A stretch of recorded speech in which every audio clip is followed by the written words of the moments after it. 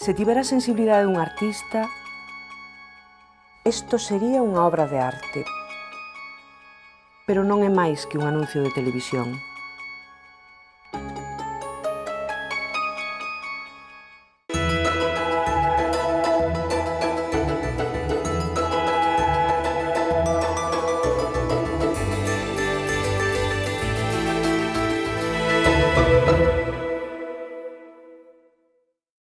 Hoy vamos a entrar en un museo volcado en las peregrinaciones a nivel mundial y, en concreto, las peregrinaciones del Camino de Santiago. Vamos a ver los orígenes del culto jacobeo, los ritos, toda la iconografía. Para ello contamos con su director, Bieito Pérez. Vamos a conocer un poquito más sobre su biografía de la mano de nuestro compañero Álvaro Veiga. Bieito Pérez Outeiriño é arqueólogo, licenciado en Filosofías e Letras, especialidade de Arqueoloxía pola Universidade de Valladolid. Foi membro do grupo Marcelo Macías de colaboradores do Museo Arqueolóxico e Arquivo Provincial de Ourense. Tivo o cargo de conservador facultativo do Museo Nacional de Arte Romana de Mérida. Foi xefe do Servicio de Arqueoloxía da Xunta de Galicia e subdirector xeral de Patrimonio Histórico e Documental da Xunta de Galicia. Tamén foi subdirector xeral do Instituto de Conservación e Restauración de Bens Culturais ata a súa toma de posesión como director do Museo das Peregrinacións, cargo que exerce dende 1998. Ademais de participar en múltiples actuacións arqueolóxicas tanto en Galicia como no resto da Península Ibérica, dirixiu campañas de excavación e restauración no asentamento galaico-romano de San Cibrán de Las en Ourense e na Alcacaba de Mérida. Impartiu numerosos cursos e é autor de libros e traballos de investigación científica en revistas españolas e estranxeiras sobre arqueoloxía castrexa e romana, ourivería prehistórica e xestión do patrimonio cultural.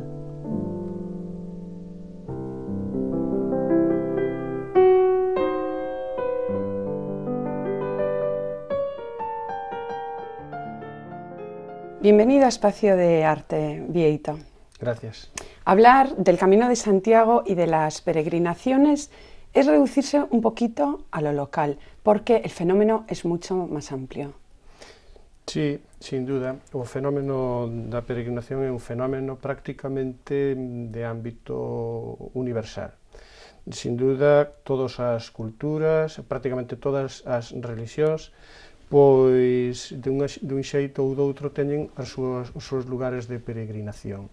A peregrinación convértese prácticamente nun fenómeno universal, por eso no Museo das Peregrinacións non nos circunscribimos exclusivamente á temática da peregrinación xacobea, o máis vinculado co Camiño de Santiago e coa cidade de Santiago de Compostela, senón que para poder contextualizar dunha maneira máis clara a peregrinación tratamos tamén o fenómeno desde unha óptica internacional ou universal. Sí. Y muchas líneas de trabajo, muchas líneas de investigación. Una de ellas es las peregrinaciones en el mundo. ¿En qué se basa este proyecto? Sí. Este proxecto ten dous aspectos principais. Por un lado, é un proxecto de investigación no que levamos casi prácticamente, diría eu, uns 10 anos traballando, facendo unha recopilación das distintas manifestacións ao longo nos 5 continentes. Ese é o primeiro aspecto. Para iso contamos, aparte de cos técnicos propios do museo, coa colaboración de alumnos en prácticas da Universidade de Santiago ou de voluntarios ou outros investigadores que traballan con nós e tamén dos visitantes, porque ofrecemos a posibilidade de informarnos desas peregrinacións que logo nós imos incluindo nesa base de datos. Esa é a primeira parte. Como segunda parte sería a plasmación na área expositiva dunha selección destas peregrinacións. Pois nós imos facendo esa selección que imos plasmando na primeira sala, na sala número 1, nun gran mapa onde aparecen recollidas as principais peregrinacións adscritas aos distintos cultos religiosos. Y cultos religiosos tan interesantes hemos visto como el animismo, ¿no? La exposición de Jordi Esteva, la de El Camino de Cumano, bueno, del que hablaremos, Sí. pero... Sí. E logo había outro proxecto, outro programa que tamén denominamos Peregrinacións no Mundo, que consiste é un proxecto, un programa expositivo donde nos mostramos nas salas de exposición temporais dos museos distintas manifestacións religiosas a través da cámara de prestixiosos fotógrafos de ámbito nacional ou internacional. Ese programa expositivo teñen pasado pois múltiples peregrinacións dos 5 continentes e importantísimos artistas que colgaron as súas fotografías nas salas do Museo das Peregrinacións de Santiago. Como Cristina García Rodero. Sí, Cristina García Rodero, tuvemos a posibilidade de mostrala en 2 ocasións. Aquí unha delas era unha peregrinación a Gravarca, unha peregrinación ortodoxa, un monte das 6.000 cruces, impresionante, e outra que chamou moitísimo a atención por a dureza quizá das súas imaxes, prácticamente podíamos falar case de crueldade, porque hai tamén sangre, que é unha peregrinación ou unha manifestación peregrinatoria que se fai en Haití en honor do apóstolo Santiago. Sí, nesas 2 veces, ademais, temos esas exposicións ficaron recollidas nos catálogos que realizou o museo. Sí. Sí. Otra de las líneas de vuestro trabajo son cómo se difunde el patrimonio cultural gallego. ¿En qué se basa esto? Sí. Temos 4 liñas expositivas, unha delas é a que acabo de comentar, a de Peregrinacións no Mundo, outra é a de difusión do patrimonio cultural. O museo ten como misión transmitir coñecemento, transmitir o contido das súas coleccións e todo o que é o seu contido temático. Entonces, diseñamos un programa expositivo que denominamos a difusión do patrimonio con especial referencia ao Camiño de Santiago. Entonces, aí o que recollemos son tanto fondos, ou exposicións de fondos, ou de dibuixo, de fotografía ou pintura relacionado co patrimonio cultural galego. Eso sí, destacando sobre todo o que é o vinculado ao Camiño de Santiago ou á cidade de Santiago de Compostela. Y dentro del patrimonio cultural de Santiago, bueno, piezas interesantísimas, tanto pieza mobiliar como talla en diferentes manifestaciones, en azabache, en madera, en alabastro. También tenéis una parte importante dedicada a monedas. ¿Qué resaltaríamos de piezas que se exhiben en el museo? Bueno, o museo ten un problema moi gordo que está ahora intentando solucionarse, que é o problema de espacio. Entonces, as coleccións, as importantes coleccións que ten o Museo das Peregrinacións exhíbense nunha porcentaxe bastante reducida, porque precisamente moitas dos últimos ingresos teñen que estar en almacéns esperando a unha ampliación. Tan reducida como qué tanto por ciento, por ejemplo? Solamente se exhibe, el resto en el archivo. Bueno, eso é algo complexo porque, claro, se consideramos cada fragmento de cerámica que temos, porque nos recibimos tamén os fondos arqueolóxicos procedentes das intervencións que se fan en Santiago e outras zonas vinculadas co culto xacobeo, pois si computamos elemento por elemento desos, que temos igual uns 50.000 fragmentos de cerámica ou outros restos arqueolóxicos, a parte expositiva reduciríase quizá a un 2% ou menos, non? Pero, bueno, hai varios centos de pezas expostas e hai moitas outras máis que están en almacéns. Intentamos periódicamente ir retirando unhas e sustituíndoas por outras para que o visitante poida ir coñecendo todo este esforzo que se está facendo desde a administración para dotar o Museo das Peregrinacións desas coleccións máis interesantes. ¿Y qué criterios de selección se aplican a las piezas? O sea, ¿qué pieza es de interés cultural y qué tiene que hacer un donante para ceder una pieza que tenga en depósito? Sí, bueno, en cuanto á política de adquisicións, o museo ten diseñado un plan museolóxico e nese plan museolóxico márcanse cuáles son, partindo do contido temático que ten, cuál é o discurso expositivo e nós sabemos nestes momentos cales son aqueles aspectos do discurso que están peor dotados de fondos para poder facer unha lectura coherente. Neses aspectos nos que o museo carece de fondos para poder manifestar ou para poder representar estes aspectos é nos que nos dedicamos principalmente para a adquisición. Entonces, pois, o museo está contando últimamente con unha colección importante de Acibeche, porque a colección de Acibeche que había antes pois era unha colección bastante deficiente.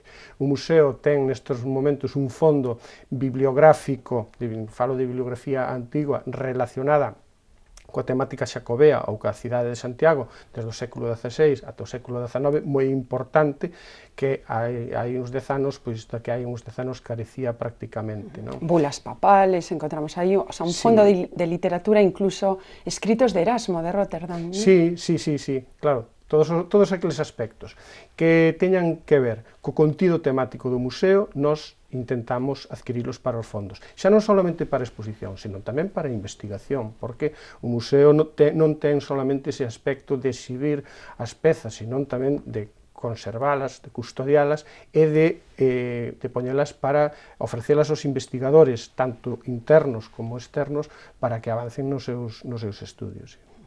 E iconografías tan curiosas como la de, ahora estoy recordando, la tabla flamenca que estamos viendo en pantalla, el sacobeo, bueno, con la guirnalda floral, bueno, una temática importada del arte flamenco, moi interesante. Sí, eu creo, hoxe por hoxe, non o diría pola boca pequena, que o Museo das Peregrinacións conta coa mellor colección relacionada coa figura do apóstolo, nas súas variantes, tanto como peregrino, como cabaleiro, tamén é como apóstolo, sin dúda. En apóstolo hai unha talla tamén impresionante que está acostado, durmiendo, y esa es más difícil de encontrar. Vamos a ampliar conocimientos sobre el museo de la mano de dos restauradoras, Susana Arteaga y Cristina Cobas. A ver qué nos cuentan.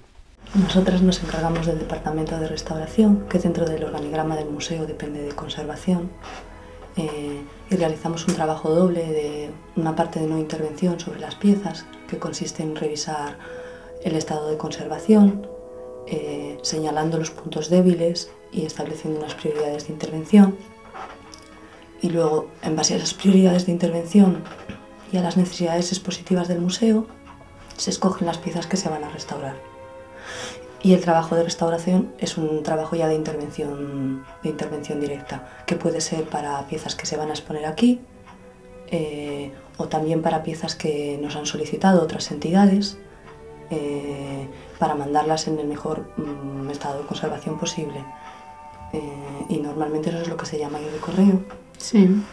Que, bueno, ya si quieres lo explicas. Ir de correo, pues es eso, es ir, ya como la palabra lo dice, pues vas con las piezas para ver que todo vaya correctamente, llevas lo que sería un croquis, es decir, un mapa de alteraciones de las piezas, y entonces lo que tienes que hacer es, al llegar a la sede en cuestión, compruebas que todo ya esté correcto, y después cuando las piezas también se recogen, pues pasa exactamente lo mismo.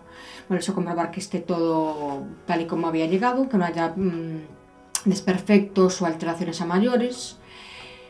Por supuesto, también lo que haces un poco es controlar y vigilar que las condiciones que tú pides cuando ellos te solicitan las piezas, pues que sean, o sea, de humedad, temperatura, pues que sean las correctas, porque claro, eso incide en que la pieza esté en las condiciones adecuadas o no lo esté.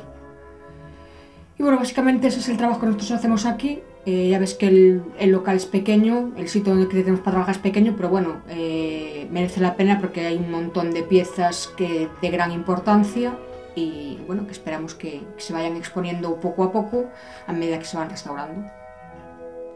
Bueno, nos han ampliado muchos más conocimientos. Hablaba una de las restauradoras de los puntos débiles del museo. ¿De qué adolece el Museo de las Peregrinaciones? Bueno, o Museo das Peregrinacións, nós témolo perfectamente tipificado, pois ten múltiples problemas. Algúns deles están en vía de subsanación, outros, pois, haberá que esperar máis tempo. Un dos graves problemas é a carencia de espacio para poder dar cabida a un discurso coherente e poder expoñer o maior número de fondos posibles, eso sí, dentro dun contido, e poder ter uns almacéns adecuados. Outro dos problemas gordos que temos é tamén a falta de persoal.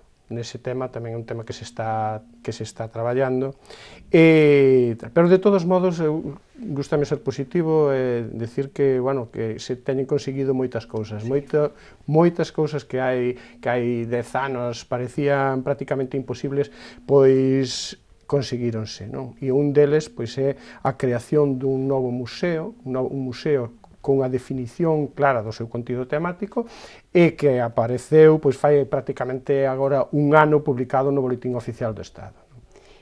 Se ha especulado mucho sobre el traslado a las nuevas dependencias del Banco de España.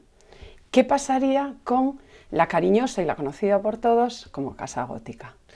Bueno, dentro do programa de necesidades, que é outro dos documentos que tamén temos elaborados, a Casa Gótica quedaría en principio como lugar no que estaría a área administrativa, dirección, administración, donde estaría tamén a área de investigación, a biblioteca, cos seus importantes fondos bibliográficos e fondos documentais, para poder dar un servicio máis áxil a todos os investigadores, porque é unha biblioteca semipública, unha biblioteca pública que pode acceder calquer investigador e ten uns fondos importantes, eso quedaría ali, e pensamos que tamén debían quedar ali pois os talleres de restauración, non?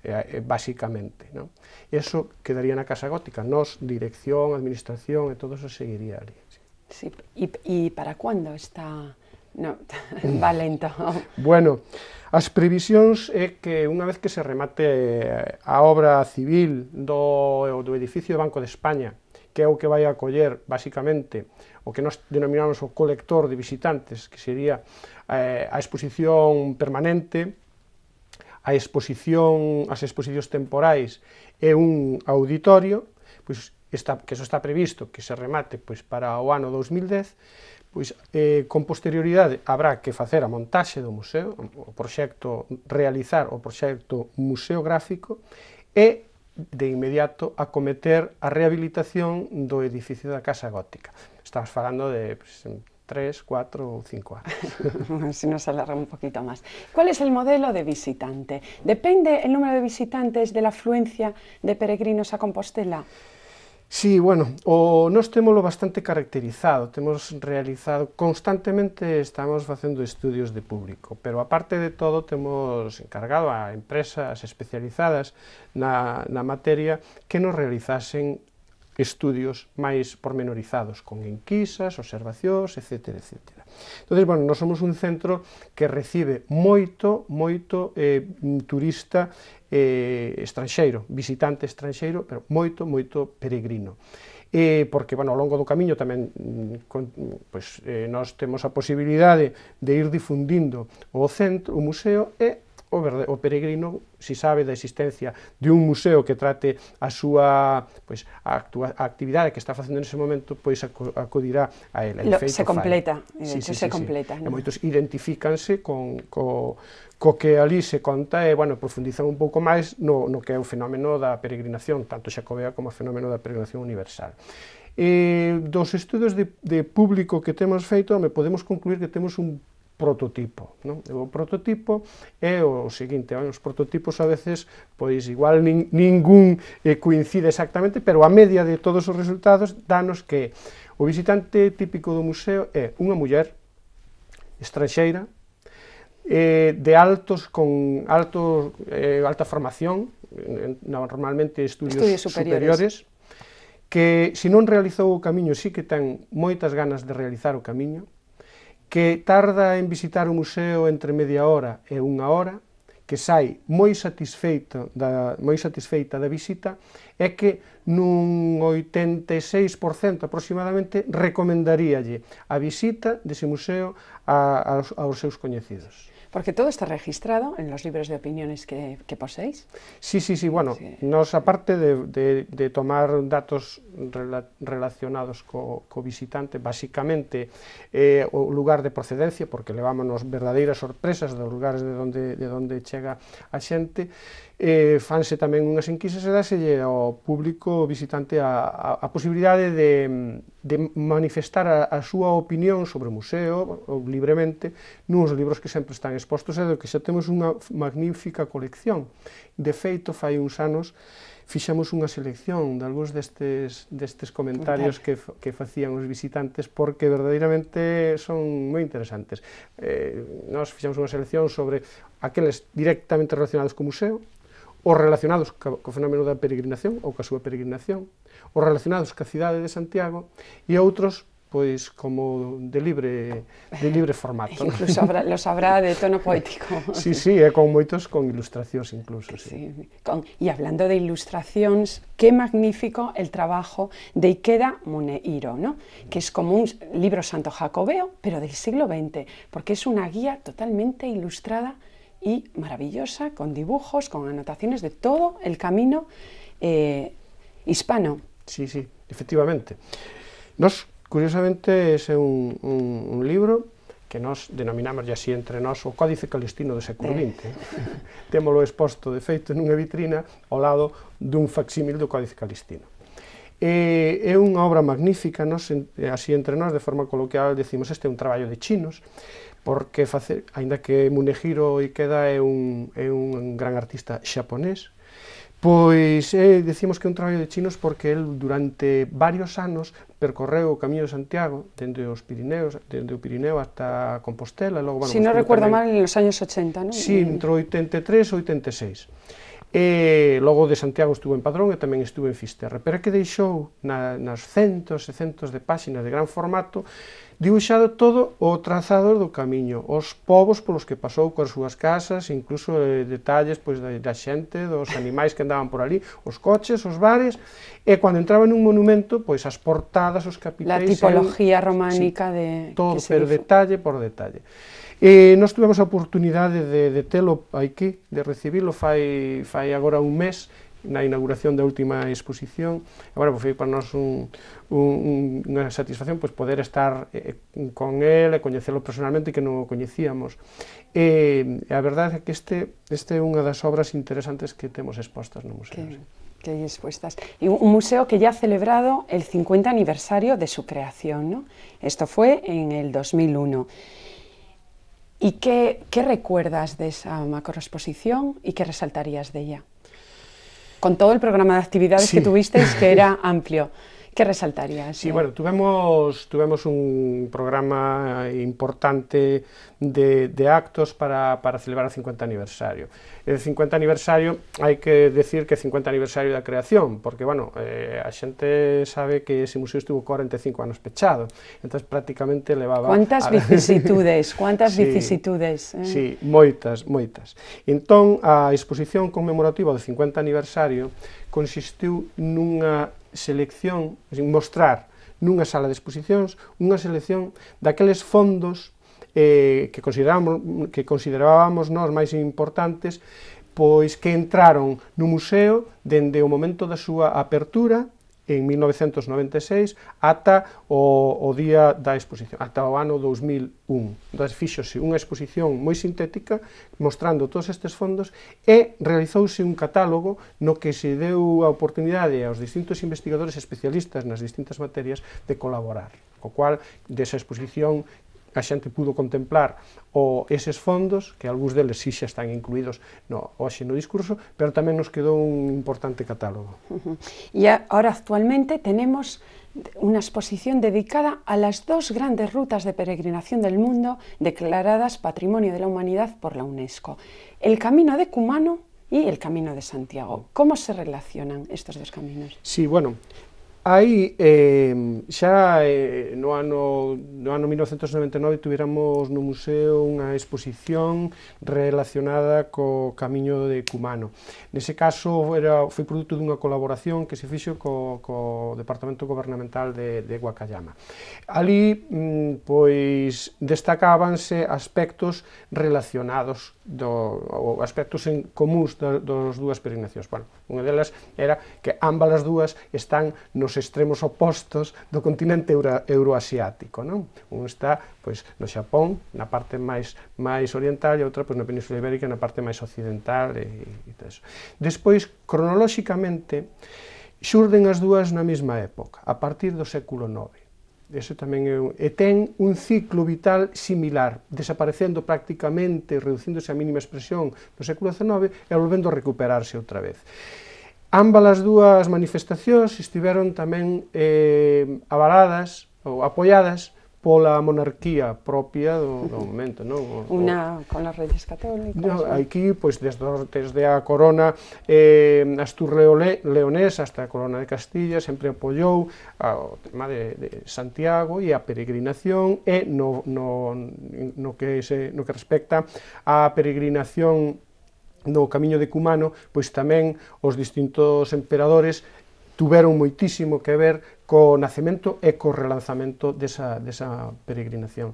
Hai moitas cousas en común. En común, que un ojo gallego, el de Luis Ocaña, también tenemos la oportunidad de ver en la Iglesia de la Universidad, en vuestro museo, en la sala para exposiciones de artistas actuales, bueno, pues desde templos budistas, toda la tipología arquitectónica, otro tipo de monumento más dedicado en madera, y bueno, un tipo de naturaleza, bueno, moi impresionante.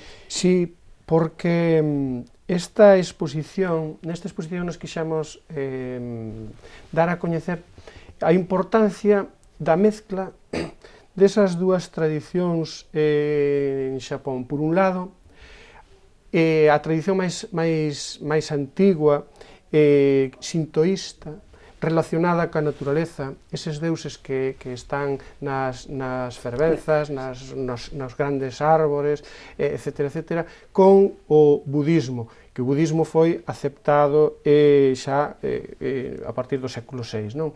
Entonces, o que se produce é unha simbiose moi interesante, prácticamente hai moitos xaponeses que son sintoístas e budistas ao mesmo tempo, non son contrapostos, pero esa imbricación aparece recollida fantásticamente pola cámara de Luis Alonso Caña e podese ver perfectamente no Museo das Peregrinacións. Tamén de ritos me estoy acordando ahora de la exposición de Kumbha Mela, sobre alcanzando la inmortalidad, estos baños de los peregrinos que iban buscando la fuente de la eterna vida. Sí, aí sí que é un dos fenómenos máis interesantes, porque a Kumbha Mela celebrouse, bueno, fai ahora pouco tempo, pero celebrase cada 12 anos, dependendo de como coincidan os astros. Entón, nós tivemos xa dúas exposicións sobre Kumbha Mela. A primeira, no ano 99, dun fotógrafo xudío, Simon Lev, que foi unha exposición fantástica, porque el recollía con moita sutileza e con o seu ollo de gran profesional esa manifestación que é a manifestación máis importante que ten lugar no mundo desde o punto de vista de concentración de persoas. Parece ser que é a máis importante en número de persoas, non? Si poden coincidir a 30 ou 34 millóns de persoas que comentaban que había, que teñen que bañarse no río Ganxes, no Yamuna, etc. Os máis significativos Sí, e entón, pois, bueno, fai falta moitísimo control, sempre hai moitos mortos, porque establecense unhas prioridades para poder bañarse, e é un fenómeno cheo de color, de xente importantísimo, unha peregrinación que é a peregrinación que reúne máis xente neste mundo. Outra importante, me acuerdo del animismo, la de Jordi Esteva, esos ritos casi de exorcismo, de entrar en trance. De todas las exposiciones que han pasado por el museo, ¿cuál es la que más ha calado así en el público? O de las que más? Sí, é difícil de saber, pero, bueno, eu non sei, Cristina García Rodero, a de Haití, causou moitísima impresión. A propia exposición que se fixo no museo de San Juan, pois chamou, a parte de completar o que era a performance que fixo na Plaza da Quintana, pois recibiu moitísimos uno de los artistas máis internacionales chino, que, bueno, se dio a conocer en la Bienal de Venecia, tamén lo tuvimos en Arco, pero una gran oportunidad. Y ahora, para terminar, que ya el tiempo apremia, ¿por qué los compostelanos son los que menos conocen precisamente el Museo de las Peregrinaciones? Porque parece que viven de espalda. Non, eso parece, pero eu moitas veces que nos poñemos a estudiar o por que recibimos moita máis xente de fora é porque, claro, o resto do mundo ten moita máis xente que Santiago. Santiago ten pois non chega a 100.000 habitantes e todos os peregrinos, visitantes, turistas que chegan á cidade pois son moitísimos máis. De todos modos, sí que prodúcese tamén outro fenómeno. A xente, cando vai fora a visita a unha cidade, pois vai visitar museos e na súa cidade pois a veces xa pois non ten esa inquedanza, non? Entonces, nós sí que intentamos pois coa nosa programación ofrecer algún produto que lle interese a xente de Santiago. Xa lle interesa o que é o propio discurso de exposición permanente, porque explicamos o fenómeno de peregrinación e explicamos de unha maneira moi sintética, porque o espacio non dá para máis, didáctica, con paneles, como nace a cidade de Santiago, como vai medrando e algúns destes aspectos. Mira, a antiga basílica, a primitiva a basílica de Alfonso III, etc. Todo isto, pois sí que o pode ver o visitante de Santiago, pero bueno, quizá deberíamos facer algo máis para ter máis participación, non? Estar nós máis presentes tamén na cidade e que a cidade tivese máis presente tamén o Museo das Peregrinacións e de Santiago, porque é Museo das Peregrinacións e de Santiago. Y desde aquí, Bieito, muchísimas gracias por haber estado con nosotros. Animamos a todos los compostelanos, que todavía hay muchos que no lo conocen, a que no dejen de visitarlo. El Museo de las Peregrinaciones, que es un lugar para la investigación, para el conocimiento y para el recreo visual y el placer que causa cada pieza, porque cada pieza encierra muchísimos mensajes que emanan de cualquier objeto artístico. Hemos tenido el aperitivo con el director. Dentro están las maravillas. No se lo pierdan. Muchas gracias y nos vemos aquí la próxima semana en Espacio de Arte. Se tivera a sensibilidade dun artista, isto sería unha obra de arte, pero non é máis que un anuncio de televisión.